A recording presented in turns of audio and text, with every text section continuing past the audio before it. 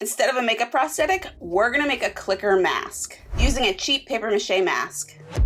This one didn't fit well, so added some EVA foam on the forehead to make it more comfortable.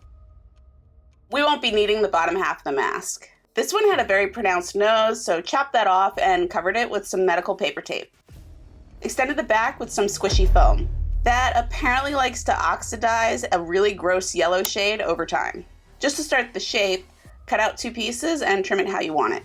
Applied liquid latex, building up the texture and rounding the edges with cotton, gently coating it with the same latex.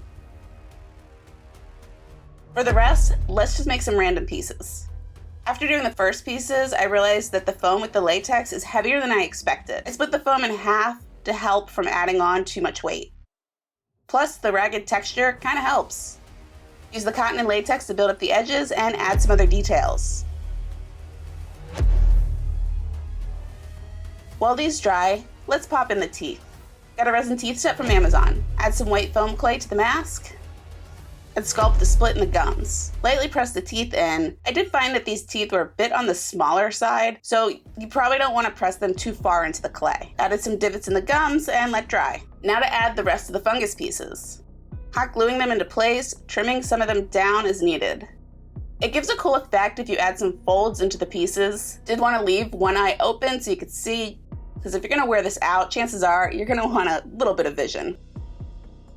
With the weight, this thin elastic was not cutting it. Add a thicker one and also made it shorter so it would fit tighter. The hole for the eye is super obvious right now, so let's blend that better. Added some cotton and latex to continue the shape of the fungus. Your vision is going to be limited, so I do not recommend running around with this thing on. Now for paint. Starting with a light base, mixing with glue. This is going to help it adhere. Then layering brown and gray, using a stipple brush for texture. Chose to use makeup instead of craft paint because it's going to make it easier to blend my skin into the rest of the look. Use yellow, oranges, and reds for the edges of the fungus.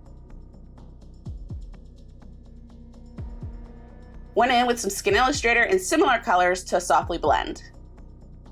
Black for those deep areas, and this is also going to help hide that eye hole. Stipple some white, and for the gums, use pink acrylic.